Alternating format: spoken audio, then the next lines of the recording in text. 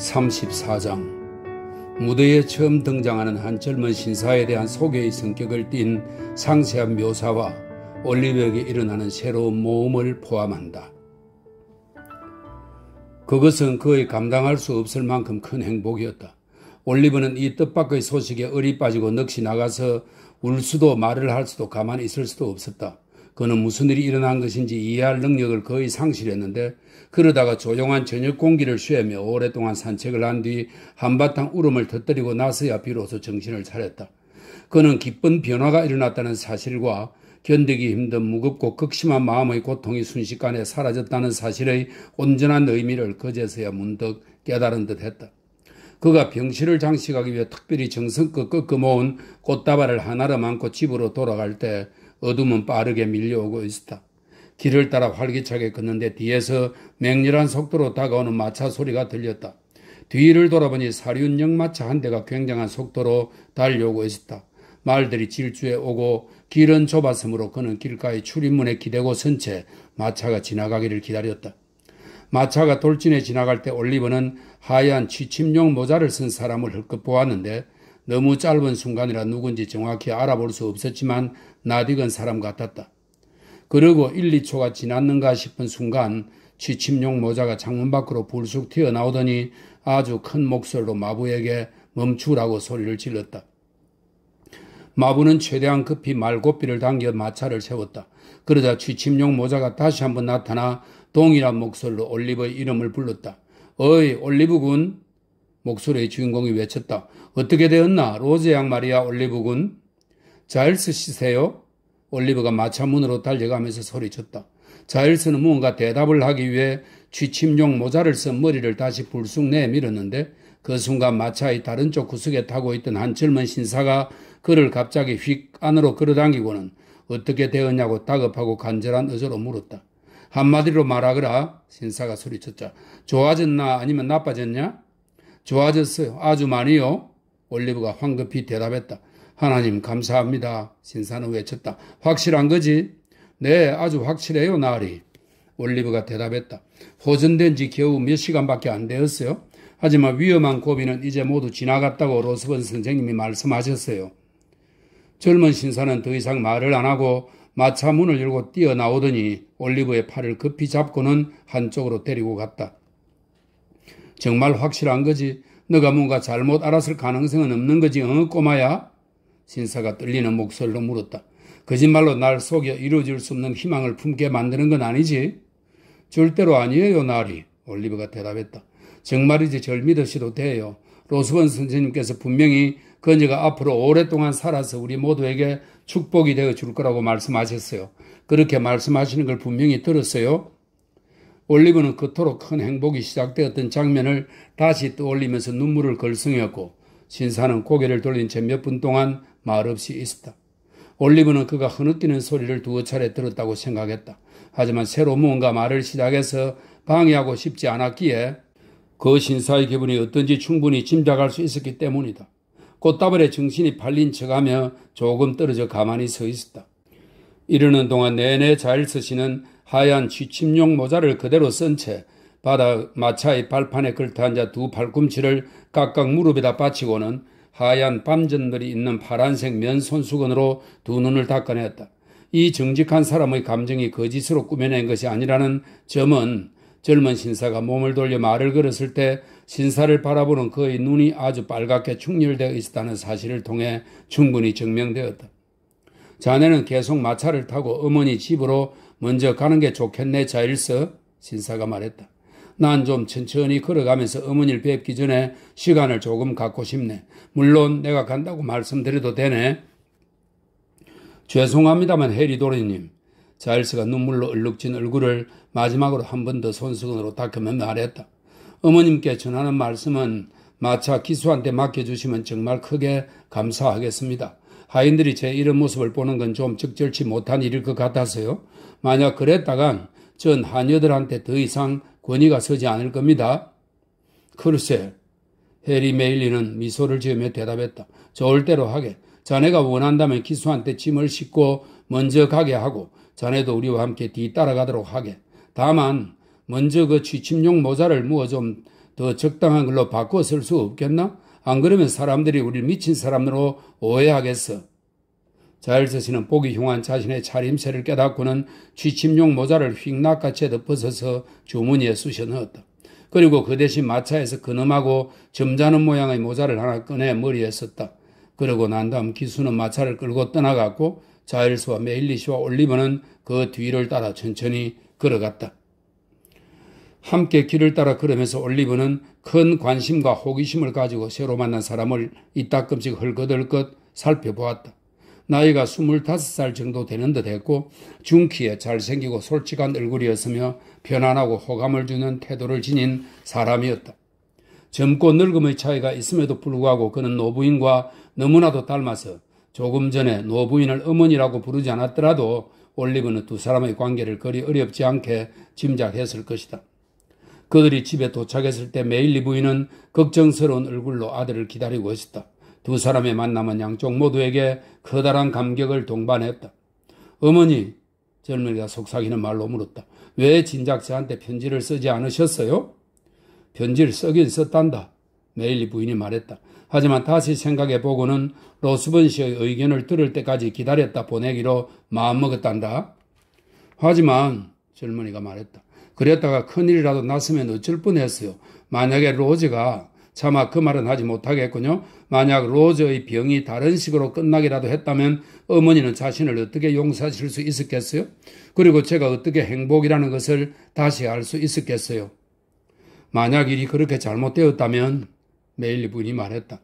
해리야, 너의 행복은 사실상 완전히 꺾이고 말았겠지? 그럴 경우 너가 여기에 오는 것은 하루빨리 오든 늦게 오든 정말 그의 의미가 없을 일이었을 거다. 당연히 그랬겠지요, 어머니. 젊은이가 대답했다. 아니, 왜 내가 그랬겠지요? 라고 말하는 거지? 당연히 그렇지요. 당연히요. 어머니도 잘 아시잖아요. 정말 잘 아시잖아요.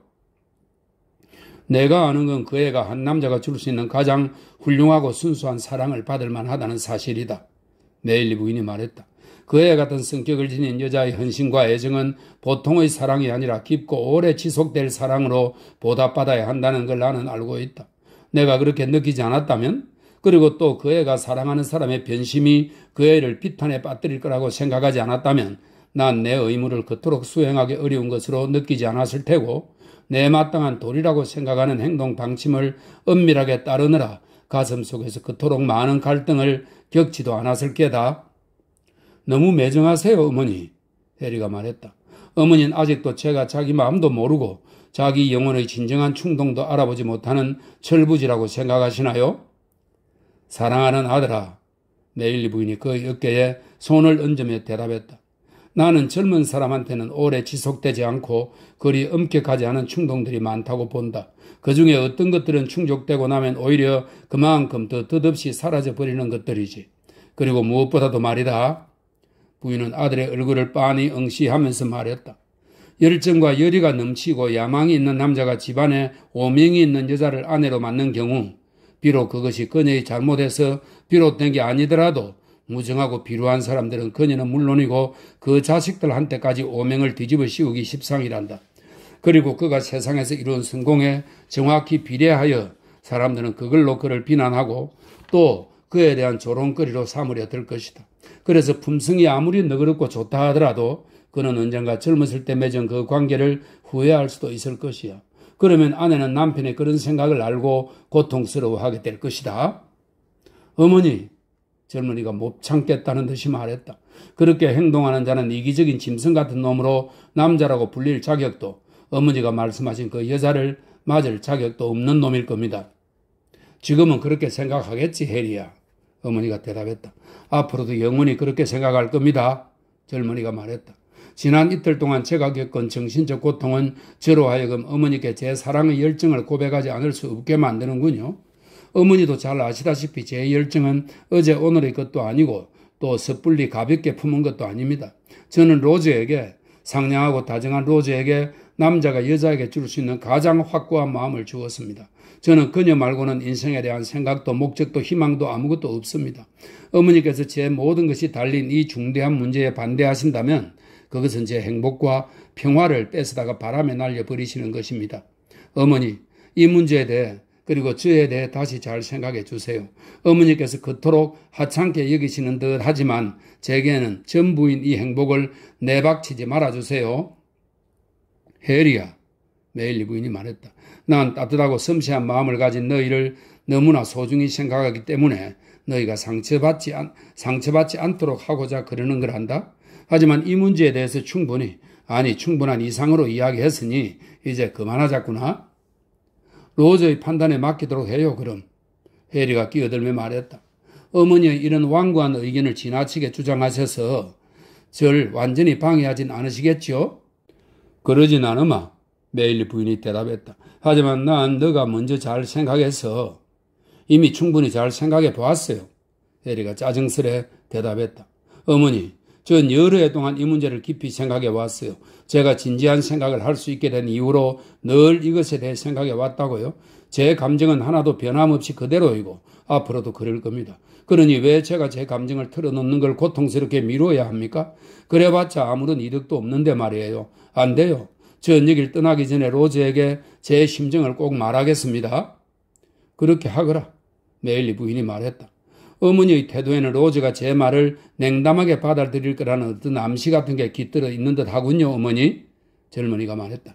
냉담하게는 아닐 거다, 노부인이 대답했다. 결코 그렇진 않을 거야. 그럼 어떻게라는 거죠? 젊은이가 다그쳤다. 혹시 다른 사람을 사랑하는 건 아니겠죠? 그건 아니다, 정말, 어머니가 대답했다. 내가 잘못 보지 않았다면 넌 이미 그 애의 마음을 너무나 확고하게 사로잡았어. 내가 하고 싶은 말은, 노부인은 아들이 말하려는 것을 막으면서 말을 계속했다. 너가 이번 기회에 너의 모든 것을 걸기 전에, 너가 희망의 절정에 다다를 만큼 너 자신을 한껏 부추기기 전에, 사랑하는 아들아, 잠시만 로즈의 내력에 대해 생각해 보라는 것이다. 그리고 그 애가 자신의 의심스러운 출생을 알고 있다는 사실이 그 애의 결정에 어떤 영향을 끼칠지 한번 생각해 보라는 것이다. 그 애가 우리에게 헌신적이고 더없이 강렬하고 고결한 마음을 지녔으며 중요한 것이든 사소한 것이든 모든 일에서 항상 그녀의 특징이었던 완전히 자기를 희생하는 태도를 보인다는 점을 염두에 두면서 말이다. 무슨 말씀이시죠? 그건 너가 스스로 알아내도록 하거라. 메일리 부인은 대답했다. 난 이제 그 애한테 가봐야겠다. 하나님의 축복을 빈다. 오늘 밤에 다시 뵐 수 있겠지요? 젊은이가 간절히 물었다. 그럴 수 있을 거다, 부인이 대답했다. 로즈를 보고 나오면 말이다. 제가 와 있다고 전해주실 거죠? 해리가 말했다. 물론이지, 메일리 부인이 대답했다. 제가 얼마나 걱정했는지, 얼마나 애태우며 괴로워했는지, 그리고 얼마나 만나보고 싶어 했는지도 말씀해 주세요. 거절 안 하고 그렇게 해 주실 거죠, 어머니? 그러마, 노부인은 대답했다. 모두 다 전해주마. 그리고 그녀는 아들의 손을 다정하게 꼭 쥐어준 다음 서둘러 방에서 나갔다. 이렇게 급히 주고받은 대화가 진행되는 동안 로스번 씨와 올리버는 방 한쪽 구석에 가만히 있었다. 이제 로스번 씨는 해리 메일리에게 손을 내밀어 악수를 청했고 두 사람은 진심에서 우러나오는 반가운 인사를 교환했다. 그러고 난 뒤 의사는 젊은 친구가 던지는 여러 가지 질문에 대한 응답으로 환자의 상태에 대해 정확하고 상세하게 설명해 주었는데 그것은 올리브의 진술을 들었을 때와 똑같이 큰 위안이 되고 희망찬 것이었다. 자일스 씨도 가방을 옮겨다 놓느라 바쁜 척 하면서 그 모든 설명을 하나라도 놓칠세라 귀를 쫑긋 세우고 열심히 들었다. 최근에 뭐 특별히 쏘아 마친 것은 없는가, 자일스? 의사가 설명을 마치면서 물었다. 특별히 없습니다, 나리. 자일스 씨가 눈밑까지 벌게지며 대답했다. 도둑을 잡았다든가 강도를 찾아냈다든가 하는 그런 것도 없고? 의사가 말했다. 아무것도 없습니다, 나리. 자일스 씨가 아주 진지하게 대답했다. 그래? 의사가 말했다. 그렇다니 유감일세. 자네는 그런 종류의 일을 훌륭하게 잘하는데 말이야. 그럼 브리틀스는 어떻게 지내나? 그 아이는 잘 지내고 있습니다, 나리. 자일스 씨는 집사로서 평소의 의조를 회복하며 말했다. 선생님께 겸손히 인사를 전해달라고 했습니다. 잘 알겠네, 의사가 말했다. 자일스, 자네를 보니까 마침 생각이 나는군. 내가 급히 연락받고 떠나오기 전날에 말이야. 자네의 선하신 주인마님의 요청에 따라 자네를 위해 작은 일 하나를 처리했다네. 이쪽 구석으로 잠깐만 와주겠나? 어? 자일스 씨는 상당히 거드름을 피우면서도 약간 놀란 표정이 되어 구석으로 걸어갔다. 그러곤 의사와 짧게 속삭이며 면담하는 영광을 누렸는데 그 면담이 종료되었을 때 그는 허리를 숙여 굉장히 여러 번 절을 하더니 유난히 위험에 찬 발걸음으로 물러갔다. 면담의 내용은 거실에서는 밝혀지지 않았으나 부엌의 식구들은 즉시 그 내용을 훤히 다 알게 되었다. 왜냐하면 자일스 씨가 곧장 부엌으로 가서 맥주 한 잔을 달라고 요청한 뒤에 아주 장중한 태도로 효과를 극대화하면서 주인 마님께서 예의 그 강도 미수 사건 때 보인 용감한 행위를 참작하여 지역은행에 일금 25파운드를 오직 그만이 유익하게 쓰도록 예금해 놓으셨다고 공표했기 때문이다. 이 말을 듣고 두 하녀는 두 손을 축혀 올리고 하늘을 우러러 자일스 씨가 이제 아주 오만하게 굴기 시작할 거라고 염려했다. 하지만 이에 대해 자일스 씨는 셔츠 주름 장식을 잡아 펴면서 아니네, 그렇지 않네 하고 대답하고는 만약 자기가 아래 사람들에게 조금이라도 거만하게 구는 모습을 보인다면 언제든지 자기에게 그렇다고 얘기해주면 고맙게 여기겠노라고 말했다.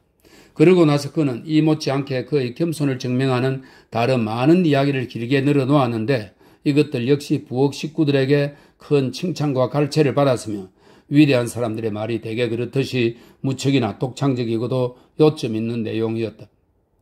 위층에서도 남은 저녁 시간은 유쾌하게 지나갔다.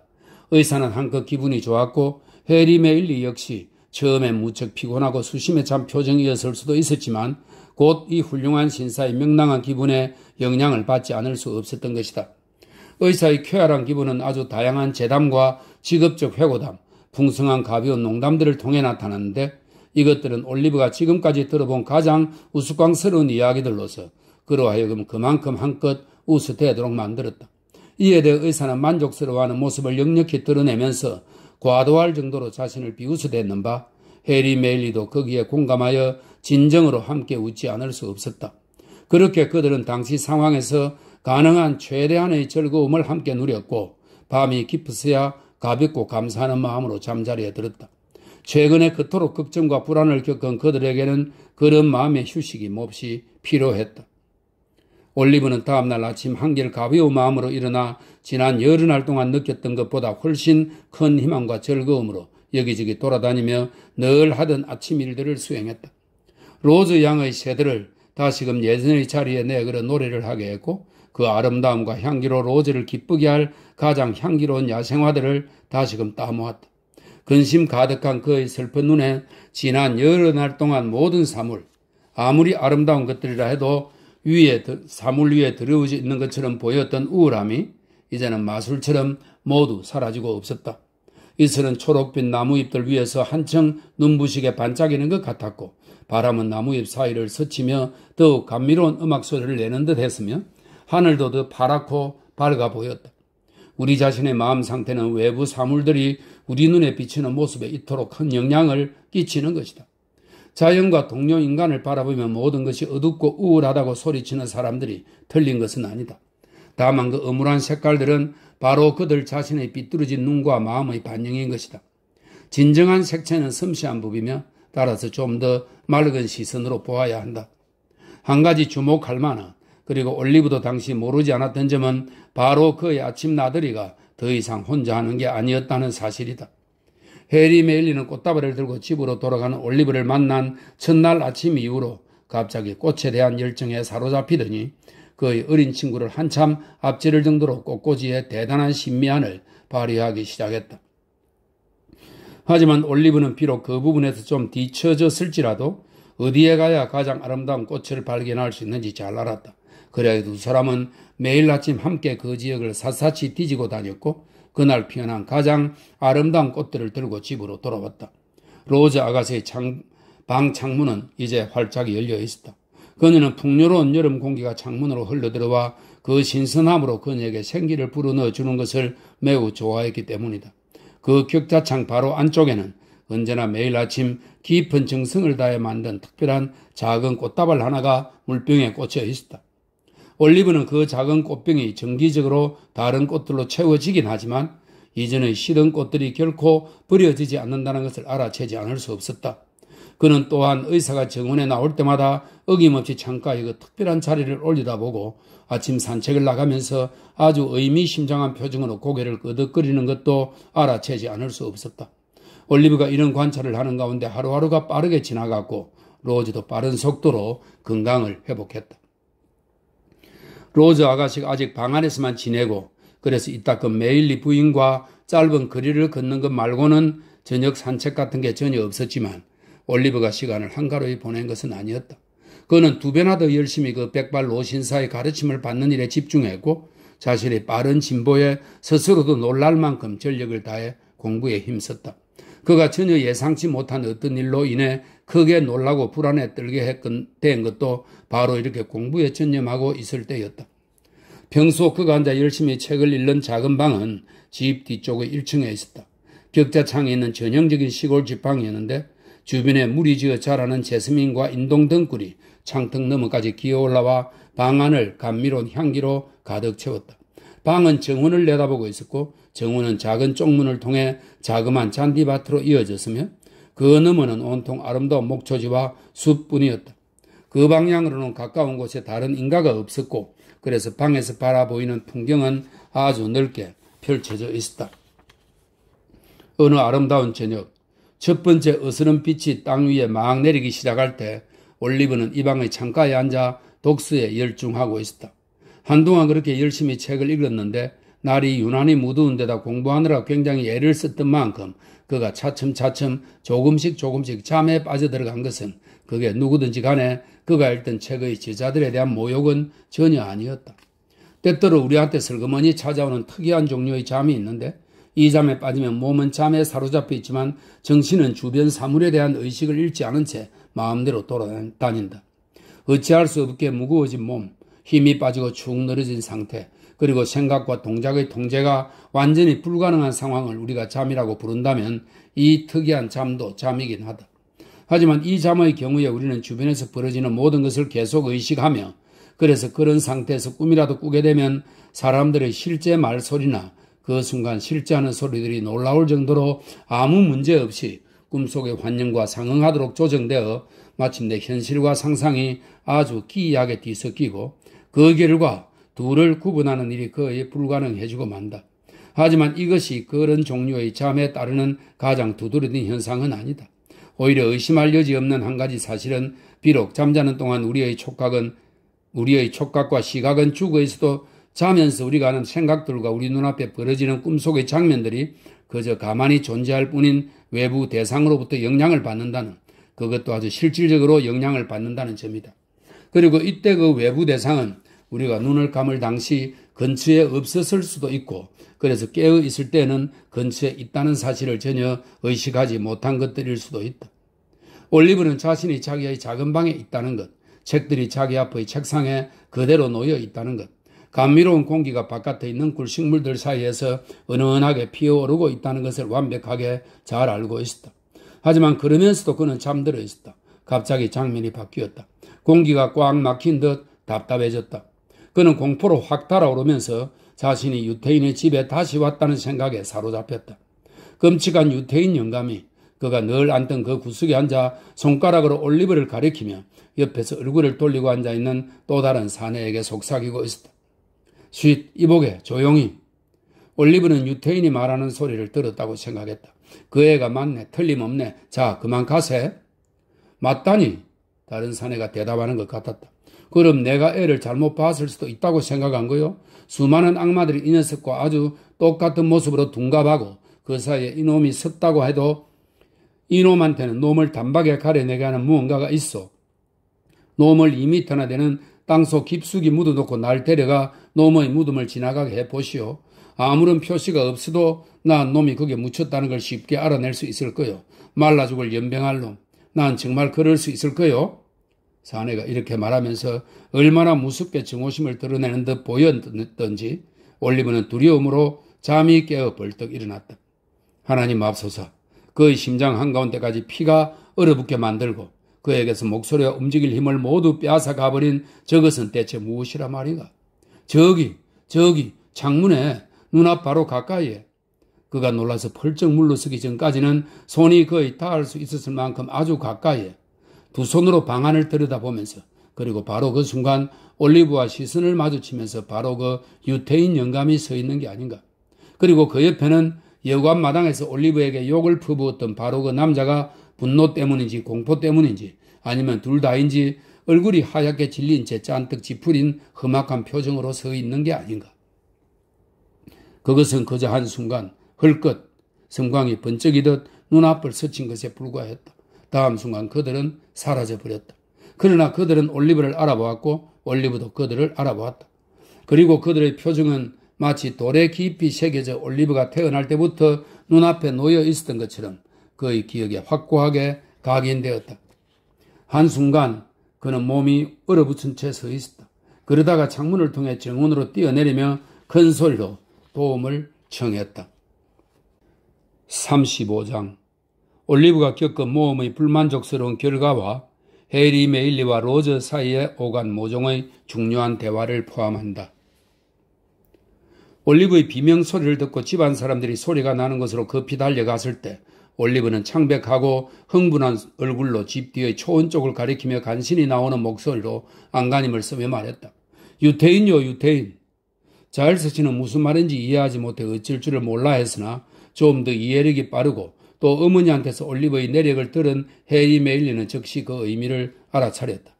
놈이 어느 방향으로 갔니? 그는 한 구석에 놓여있는 굵직한 막대기 하나를 집어들며 물었다. 저쪽이요.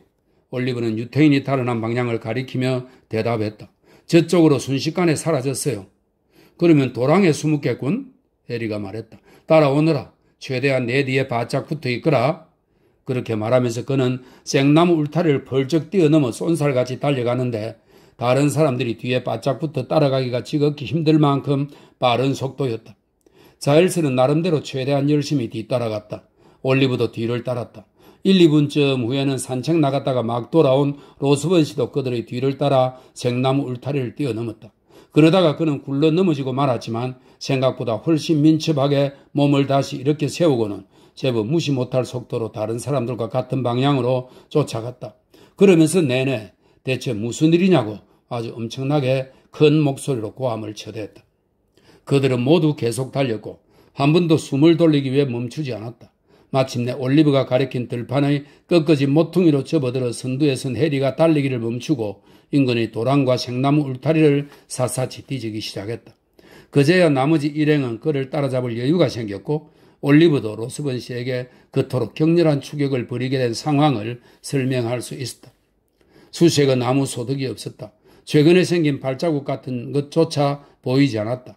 그들은 이제 사방으로 5km에서 6km 정도 탁 트인 들판이 내려다 보이는 자그마한 언덕 꼭대기에 올라갔었다. 왼쪽으로 분지가 보이고 마을이 있었다. 하지만 올리브가 가리킨 방향으로 나아갔다가 그쪽으로 가려면 놈들은 틀림없이 넓은 벌판을 빙 돌아가야 했을 텐데 그토록 짧은 시간에 그렇게 하는 것은 불가능한 일이었다. 한편 다른 쪽에는 울창한 숲으로 둘러싸인 목초지가 있었고 역시 같은 이유로 그들은 그 은신처까지 도달하지 못했을 게 틀림없었다. 너가 꿈을 꾼 것 같구나, 올리브.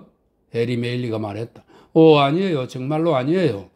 올리브는 늙은 악당의 얼굴을 떠올리는 것만으로도 몸서리가 나는 듯이 부르르 떨면서 대답했다. 꿈이라고 하기에는 너무나 분명히 보았어요. 지금 해리 아저씨를 보는 것만큼이나 분명히 그 두 사람을 다 보았어요. 또 한 사람은 누구였니? 해리와 로스번 씨가 동시에 물었다. 제가 말씀드렸던 사람이요. 여관에서 갑자기 마주쳤던 바로 그 사람이었어요? 올리브가 말했다. 그때 우린 서로 뚫어지라 똑바로 쳐다봤어요. 그래서 전 그 사람이란 걸 맹세할 수 있어요. 그들이 이쪽으로 간 거 맞니? 해리가 물었다. 확실해? 그 사람들이 창가에 서 있었다는 것만큼 확실해요. 올리브가 대답했다.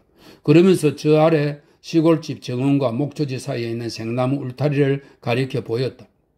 키 큰 남자는 바로 저리로 뛰어넘었고 유태인은 오른쪽으로 몇 걸음 달려가다가 저 틈새로 기어나갔어요. 두 신사는 그렇게 말하는 올리브의 진지한 얼굴을 지켜보다가 서로를 돌아보았는데 올리브가 말한 내용의 진실성을 충분히 확신하는 것처럼 보였다. 그러나 어느 방향을 보아도 도망치는 사람들이 급히 밟고 지나간 듯한 흔적은 전혀 없었다. 풀이 길게 자라 있었지만 자기네가 밟은 곳을 제외하고는 어디에도 짓밟혀 쓰러진 데가 없었다. 도랑의 양옆과 가장자리는 축축한 진흙이었는데 그 어느 곳에도 사람의 신발 자국은 물론이고 지난 몇 시간 사이에 동물이 밟고 지나간 듯한 조그만 흔적조차 전혀 발견할 수 없었다. 참 이상한 일이로군, 해리가 말했다. 이상하다고? 의사가 말했다. 블레드스와 더프가 있었어도 아무것도 못 찾아냈을 거네. 수색해봤자 소용없을 게 분명해 보였음에도 불구하고 그들은 밤이 되어 더 이상 수색을 계속하는 게 불가능할 때까지 단념하지 않았다. 그리고 밤이 되어서도 마지못해 포기했다. 곧바로 자일스를 파견해 올리버가 침입자들에 대해 가능한 한 정확하게 설명한 인상착의를 가지고 마을의 여러 주막에 가서 알아보도록 했다. 둘 중에 적어도 유태인만큼은 특이한 외양을 하고 있으므로 만약 그가 술을 마시거나 주변을 얼씬거리기나 했다면 충분히 사람들이 기억할 것이었다. 하지만 자일스는 이 수수께끼 같은 일을 해소하거나 단서가 될 만한 어떤 정보도 없이 빈손으로 돌아왔다. 다음 날 다시 수색을 시작했고 탐문도 재개했다. 하지만 전날과 똑같이 아무 소득이 없었다. 그 다음날 올리브와 메일리 씨는 읍내 장터에 갔다.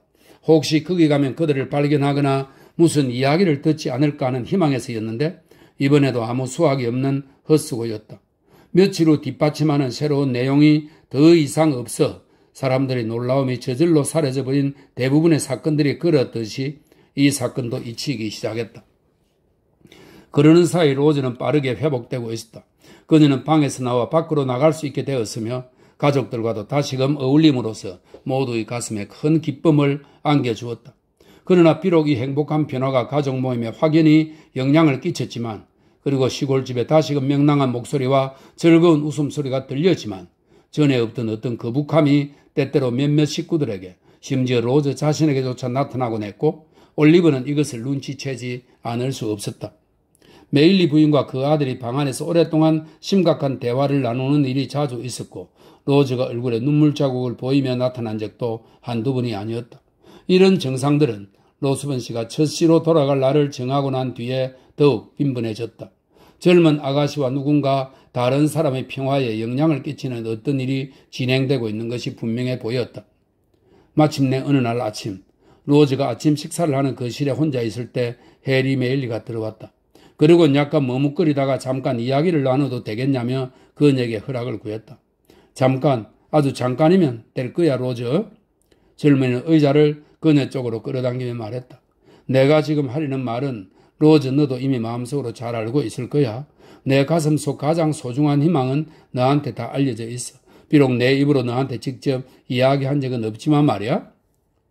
로즈는 그가 들어온 순간부터 매우 창백해져 있었다. 물론 그것은 최근에 병을 앓은 탓일 수도 있었다.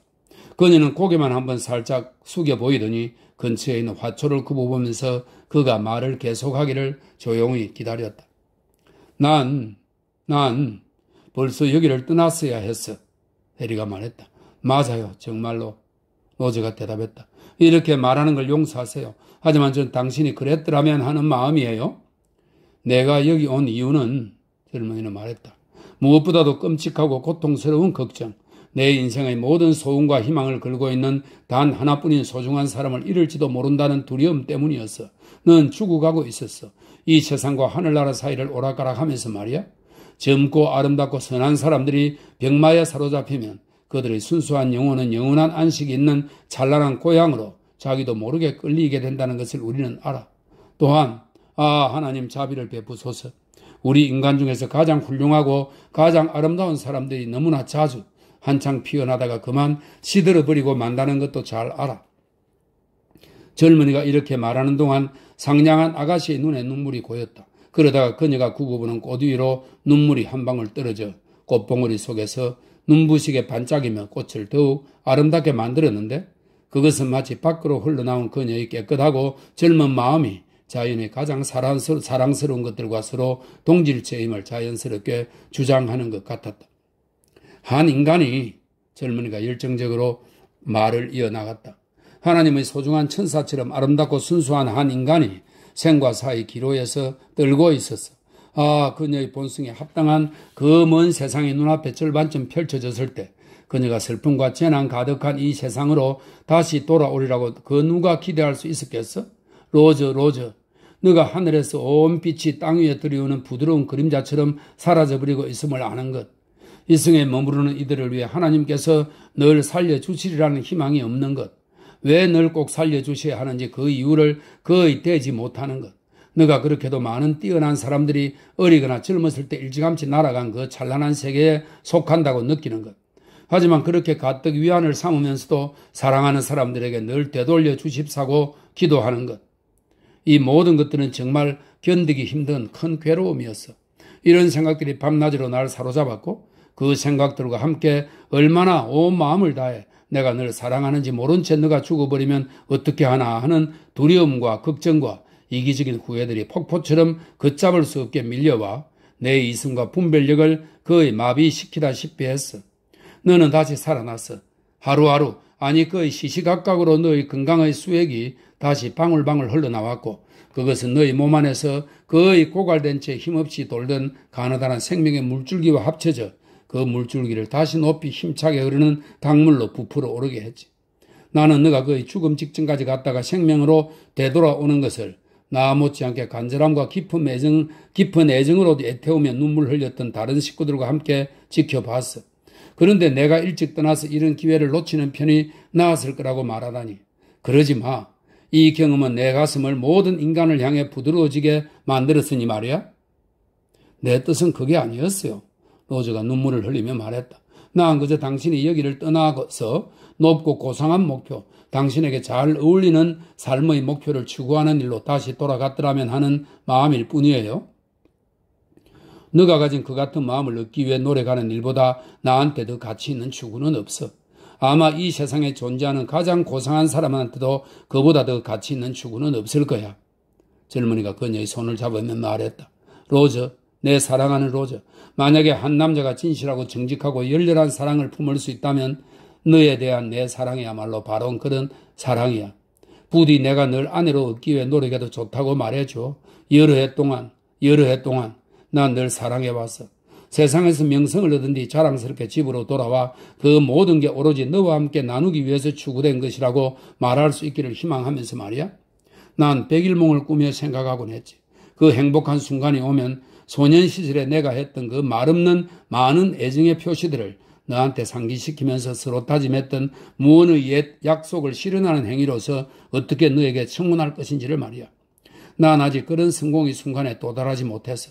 하지만 오늘 나는 비록 아무런 명성도 얻지 못하고 어린 시절에 꿈도 이룬 게 없지만 그토록 오랫동안 너의 것이었던 내 마음을 고백하며 바치고자 해. 그리고 이에 대한 너의 답변에 내 모든 것을 걸려고 해. 당신은 늘 친절하고 고결하게 행동해왔지요. 로즈가 자신을 뒤흔드는 감정을 억누르면서 말했다. 내가 무정하고 고마워할 줄 모르는 여자가 아니라는 걸 믿어주시듯 그렇게 내 대답도 들어주세요.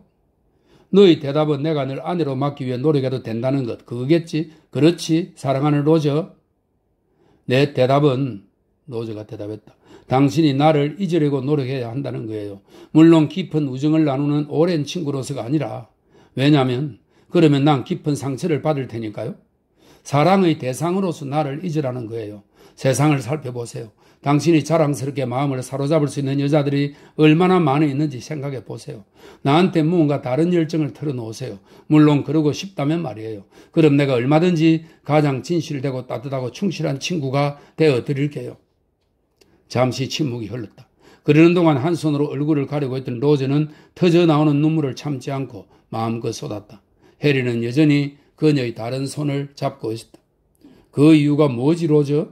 그가 마침내 낮은 목소리로 물었다. 그렇게 마음먹은 이유가 뭐지? 당신한테는 그렇게 물어볼 권리가 당연히 있지요. 로즈가 대답했다. 하지만 당신이 무슨 말을 하더라도 내 결심을 바꿔놓지는 못할 거예요. 그건 내가 꼭 지켜야 하는 의무이니까요. 난 그렇게 의무를 다른 사람들은 물론이고 내 자신에게도 똑같이 지고 있어요. 너 자신에게도라니? 그래요, 해리. 나는 당신의 친구들이 친척도 없고 재산도 없고 이름에 오점이 있는 여자인 내가 비열하게 당신의 첫 번째 열정을 받아들이고 달라붙어 당신의 모든 희망과 계획을 방해했다고 의심하게 만들어서는 안 된다는 의무를 나 자신에게 지고 있어요. 또 나는 당신이 그 다정하고 너그러운 심성으로 인해 당신의 출세길에 그런 커다란 장애물을 갖다 놓지 않도록 하는 의무를 당신과 당신 가족들에게 지고 있어요. 만약 나에 대한 너의 감정도 그 의무감과 일치하는 거라면 해리가 말을 시작했다. 그렇진 않아요. 로즈가 얼굴이 잔뜩 빨개지며 대답했다. 그렇다면 너도 날 사랑하긴 한다는 거지? 해리가 말했다. 그것만 말해줘, 사랑하는 로저. 그것만. 그래서 이 견디기 힘든 실망의 쓰라림을 좀 들어줘. 사랑하는 사람에게 심각한 해를 끼치지 않고 그럴 수 있다면 난 아마, 로저가 대답했다.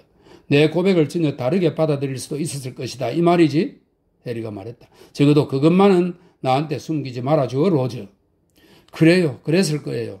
로저가 말했다. 하지만 잠깐만요. 그녀는 그에게서 손을 빼며 덧붙였다. 왜 우리가 이 고통스러운 대화를 길게 끌어야 하죠? 나한테 더없이 고통스러운 이 대화를 말이에요. 하지만 그럼에도 이 대화는 영원한 행복을 주는 것이기도 했어요. 왜냐하면 한때 내가 당신 마음속에서 지금과 같은 높은 자리를 차지하고 있었음을 기억하는 것은 분명히 행복한 일일 테니까요. 당신이 인생에서 승리를 거둘 때마다 나는 새로운 의연함과 꿋꿋함으로 더욱 힘차게 살아갈 수 있을 거예요. 잘 가요, 해리. 이제 우리 오늘 만났던 식으로는 더 이상 만나지 말아요. 하지만 오늘의 대화로 당신이 나와 맺고 싶었던 관계가 아니라면 우리는 친밀한 사이를 유지하며 오랫동안 행복하게 지낼 수 있을 거예요. 진실하고 열렬한 마음의 기도가 모든 진리와 진실의 근원이신 분께 간구할 수 있는 그 모든 축복으로 당신의 행복과 성공을 빌겠어요. 한마디만 더, 로저. 해리가 말했다. 너가 날 거부하는 이유를 너가 직접 말해줘. 너의 입술로 직접 그 이유를 좀 말해줘. 당신 앞에는 눈부신 미래가 펼쳐져 있어요. 로저가 대답했다. 훌륭한 재능과 세력 있는 인척의 도움을 통해 공적인 삶에서 얻을 수 있는 모든 영예가 당신을 위해 준비되어 있어요. 하지만 그 인척들은 출신을 자랑스럽게 여기는 사람들이죠. 나는 날 낳아주신 어머니를 경멸할 수 있는 사람들과 어울리고 싶지 않을 뿐더러 어머니 대신 나를 그토록 잘 돌봐주신 분의 아들에게 불명예나 실패를 안기고 싶지 않아요. 한마디로 말해서 젊은 아가씨는 한동안 유지했던 꿋꿋함을 잃고 고개를 돌리며 말했다. 내 이름에는 세상 사람들이 무고한 사람들한테까지 덮어 씌우는 오점이 찍혀 있어요. 난 이것을 나 자신 말고는 아무한테도 전하지 않을 거예요. 그러면 세상의 비난은 오직 나 한 사람한테만 떨어지고 말 거예요. 한마디만 더, 로저.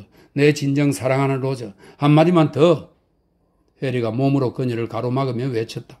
만약에 내가 별로, 그러니까 세상 사람들이 소위 불운하다고 말하는 사람이었더라면, 그래서 어디선가 이름 없이 조용한 삶을 사는 것이 내 운명이었다면, 만약 내가 가난하고 병약하고 도와줄 사람도 없는 그런 사람이었다면 넌 그래도 날 거절했겠니?